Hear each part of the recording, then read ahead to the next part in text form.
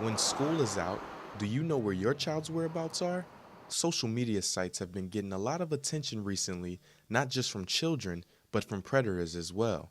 Sergeant Steve Norville of Leon County Sexual Predator Unit had this to We say. actually actively go out and pursue people who are downloading, for lack of a better word, kiddie porn or child pornography. And we do all the computer forensics on their computers, etc. And lately we put quite a few people in jail. According to the Crimes Against Children Research Center, 1 in 5 U.S. teenagers who regularly use the internet say they have received an unwanted sexual solicitation via the web or cell phone. Nationally certified clinical counselor Andrea Williams stresses the importance of parents. It's extremely important for parents to be mindful of what their child is viewing on the internet. The internet is extremely accessible through cell phone use now. It's extremely prevalent in teens and even as young as 7 and 8-year-olds. Reports from the Florida Department of Law Enforcement state that there are currently over 470 sexual offenders in Leon County, and the numbers continue to rise. Only 1/3 of households with internet access are actively filtering out and blocking software, says the Center for Missing and Exploited Children. With parents utilizing parental controls as well as other forms of protection, it makes it easier to be aware of sexual predators. For News 20 at 5, I'm Christian Allen. Tattoos have always been looked at as a fashion statement, but now a small number of Americans are relying on them to possibly save their lives. Euphoria tattoo artist Alan Rogers says that transforming medic alert jewelry into tattoos will bring a positive aspect to the industry. Benefit to people who have diseases or anything like that where they have to wear bracelets or any type of identification for their disease or their situation. Having part to work with that, I think would be a cool thing. Once again, bring some legitimacy to our industry. The American Medical Association does not specifically address medical tattoos in its guidelines. Doctors who have seen them thus far say they are becoming more popular among diabetics.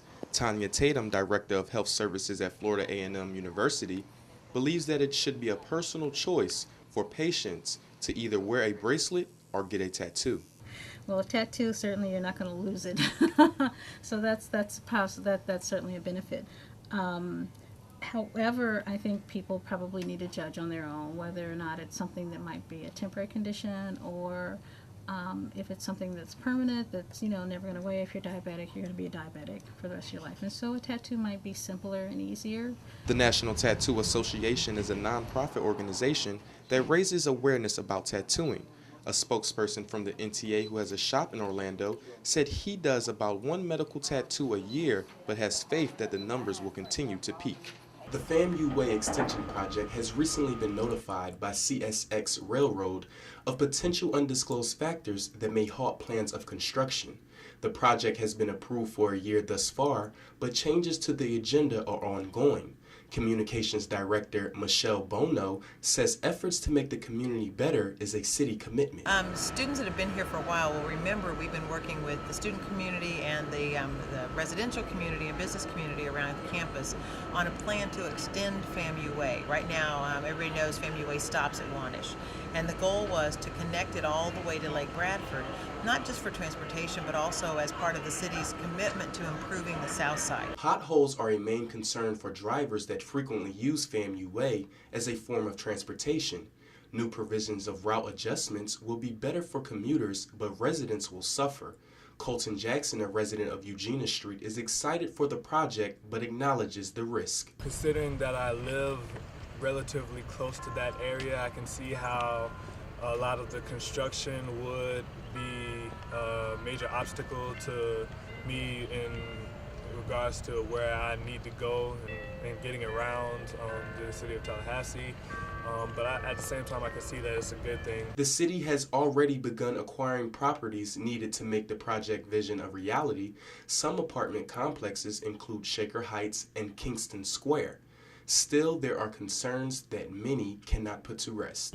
Thursday's meeting is sure to be an indicator on whether or not the city of Tallahassee should go with things as planned or make the necessary adjustments. The new route for FAMU Way is set to be a 2-lane linear road that will make transportation less of a hassle while still satisfying CXX and Tallahassee residents.